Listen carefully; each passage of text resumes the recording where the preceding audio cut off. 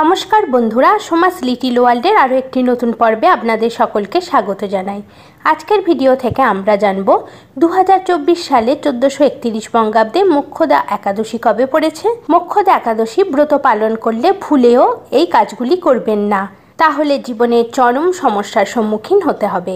এবং মোক্ষদা একাদশীর মাহাত্ম্য, চলুন তাহলে ভিডিওটি শুরু করা যাক। মোক্ষদা একাদশীর উপবাস করলে মৃত্যুর পর বৈকুণ্ঠে স্থান লাভ হয় এবং এই একাদশীর উপবাস পরিবারকে সমস্ত দুঃখ কষ্ট থেকে মুক্তি দেয় বলে মনে করা হয়।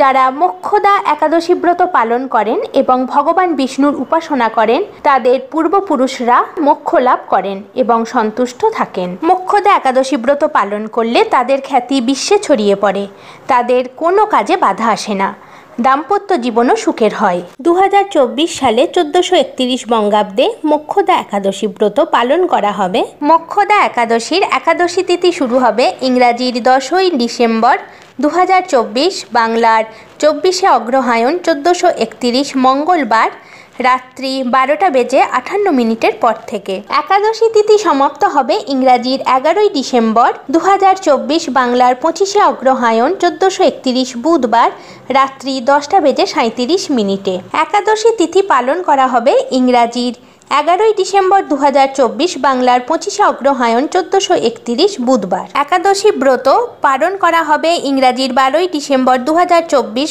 বাংলার 26শে অগ্রহায়ণ 1431 বৃহস্পতিবার সকাল 6:13 পর থেকে 9:45 মধ্যে। মোক্ষদা একাদশীর দিন ভুলেও এই কাজগুলি করবেন না, তাহলে জীবনে নেমে আসবে চরম অশান্তি, আপনারা বিভিন্ন সমস্যার সম্মুখীন হবেন। মোক্ষদা একাদশীর দিন তুলসীকে জল নিবেদন করবেন না, কারণ বিশ্বাস করা হয় এই দিন মা তুলসী দেবী একাদশীর নির্জলা উপবাস পালন করেন, তাই এই দিন তুলসী মাতাকে জল নিবেদন করা উচিত নয়। একাদশীর দিন মনে কারো প্রতি রাগ, হিংসা বা খারাপ চিন্তা আনবেন না, তাহলে মোক্ষদা একাদশী ব্রত পালন করলেও কোনো ফল লাভ হবে না, ফল লাভ থেকে বঞ্চিত হবেন। একাদশীর দিন ভুলেও ভাত খাবেন না, এদিন নখ ও চুল কাটাও নিষেধ, এটি দোষের সৃষ্টি করে। মোক্ষদা একাদশীর মাহাত্ম্য।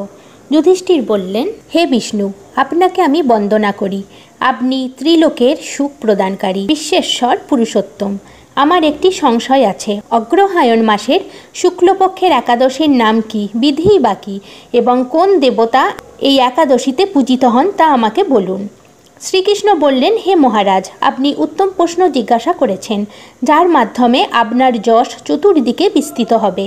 এখন এই একাদশীর কথা বর্ণনা করছি, যা শোনা মাত্রেই বাজপেয় যজ্ঞের ফল লাভ হয়। অগ্রহায়ণ মাসের শুক্লপক্ষের একাদশী মোক্ষদা নামে পরিচিত, সর্বপাপ বিনাশিনী ও ব্রত মধ্যে সর্বশ্রেষ্ঠা।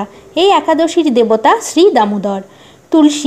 তুলসী মঞ্জুরি, ধূপ, দ্বীপ ইত্যাদি উপাচারে স্বাস্থ্যবিধি অনুসারে শ্রী দামোদরের পূজা করতে হবে।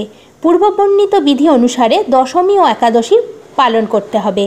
এই উপবাস দিনে স্তব, স্তুতি, নৃত্য, গীতাদি সহ রাত্রি জাগরণ করা কর্তব্য। হে মহারাজ, প্রসঙ্গক্রমে একটি অলৌকিক কাহিনী আমি বলছি, মনোযোগ দিয়ে এই ইতিহাস শ্রবণ মাত্রই সর্বপাপ ক্ষয় হয়। যে পিতৃপুরুষেরা নিজ নিজ পাপে অধোজনি প্রাপ্ত হয়েছে, এই ব্রত পালনের পুণ্যফল বিন্দু মাত্র তাদেরকে দান করলে তারাও মুক্তি লাভের যোগ্য হন। কোনো এক সময় মনোরম চম্পকনগরে বৈখানস নামে এক রাজা ছিলেন। তিনি ছিলেন সমস্ত বৈষ্ণব সদ্গুণে বিভূষিত। প্রজাদের তিনি পুত্রের মতো পালন করতেন। তার রাজ্যে বহু বেদজ্ঞ ব্রাহ্মণ বাস করতেন। রাজ্যের সকলেই ছিল বেশ সমৃদ্ধশালী। একবার রাজা স্বপ্নে দেখলেন যে তার পিতা নরকে পতিত হয়েছেন। তা দেখে তিনি অত্যন্ত বিস্মিত হলেন। পরদিন ব্রাহ্মণদের ডেকে বলতে লাগলেন, হে ব্রাহ্মণগণ, গত রাত্রিতে স্বপ্নে নরক যাতনায় পিতাকে কষ্ট পেতে দেখে আমার হৃদয় বিদীর্ণ হচ্ছে। তিনি আমাকে লক্ষ্য করে বলতে লাগলেন, হে পুত্র, তুমি আমাকে নরক সমুদ্র থেকে উদ্ধার করো। তার সেই অবস্থা দেখে আমার অন্তরে সুখ নেই। আমার এই বিশাল রাজ্য, স্ত্রী, পুত্র, কিছুতেই আমি শান্তি পাচ্ছি না। কি করি, কোথায় যাই, কিছুই বুঝে উঠতে পারছি না। আমার পূর্বপুরুষেরা মুক্তিলাভ করতে পারেন এমন কোনো পুণ্যব্রত, তপস্যা ও যোগের কথা আমাকে উপদেশ করুন। আমি তা অনুষ্ঠান করব। আমার মতো পুত্র বর্তমান থাকা সত্ত্বেও যদি পিতামাতা পূর্বপুরুষেরা নরক যাতনা ভোগ করতে থাকেন তবে সে পুত্রের কি প্রয়োজন? ব্রাহ্মণগণ বললেন, হে মহারাজ, আপনার রাজ্যের কাছেই মহর্ষি পর্বতমুনির আশ্রম রয়েছে। তিনি ত্রিকালজ্ঞ, তার কাছে আপনার মুক্তির উপায় জানতে পারবেন। ব্রাহ্মণদের উপদেশ শ্রবণ করে মহাত্মা বৈখানস তাদের সঙ্গে নিয়ে সেই পর্বতমুনির আশ্রমে গমন করলেন। তারা দূর থেকে ঋষিবরকে সাষ্টাঙ্গে প্রণাম করে তার কাছে গেলেন। মুনিবর রাজার কুশল বার্তা জিজ্ঞাসা করলেন। রাজা বললেন, হে প্রভু, আপনার কৃপায় আমরা সবাই কুশল। তবে আমি একদিন স্বপ্নযোগে পিতার নরক যাতনা ভোগ ও কাতর আর্তনাদ শুনে অত্যন্ত দুঃখিত ও চিন্তাগ্রস্ত হয়েছি।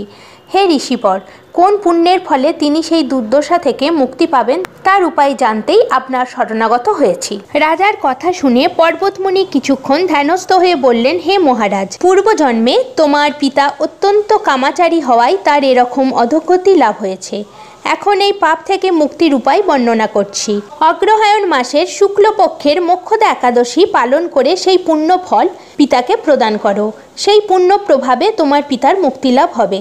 মুনির কথা শুনে রাজা নিজের প্রাসাদে ফিরে গেলেন।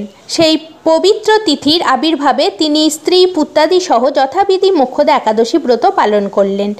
ব্রতের পুণ্যফল পিতার উদ্দেশ্যে প্রদান করলেন। ওই পুণ্যফল দানের সঙ্গে সঙ্গে আকাশ থেকে পুষ্পবৃষ্টি হতে লাগলো। হে পুত্র, তোমার মঙ্গল হোক। এই বলতে বলতে বৈখানস রাজার পিতা নরক থেকে মুক্ত হয়ে স্বর্গে গমন করলেন। হে মহারাজ যুধিষ্ঠির, যে ব্যক্তি এই মঙ্গলদায়িনী মোক্ষদা একাদশী ব্রত পালন করে তার সমস্ত পাপ বিনষ্ট হয় এবং মৃত্যুর পরে মুক্তিলাভ করে। এই ব্রতের পূর্ণ সংখ্যা আমিও জানি না। চিন্তামণির মতো এই ব্রত আমার অত্যন্ত প্রিয়। এই ব্রতকথা যিনি পাঠ করেন এবং যিনি শ্রবণ করেন উভয়ই বাজপেয় যজ্ঞের ফল প্রাপ্ত হন।